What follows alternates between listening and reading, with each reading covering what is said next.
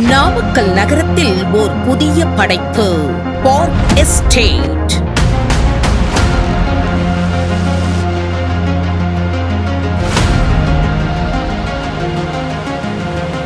நாமக்கல் பழைய பேருந்து நிலையத்திலிருந்து 5 நிமிட பயணத்தில் கலெக்டர் ஆபீஸ் எதிரில் உலகத்தர வசதிகளுடன் ஓர் பிரீமியம் கேட்டட் கம்யூனிட்டி வீட்டுமனை பிரிவு.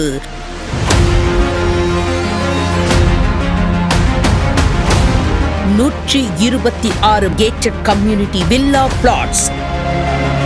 மனை முழுவதும் அகலமான தார் சாலைகள், அனைத்து சாலையிலும் சோலார் மின் விளக்குகள்,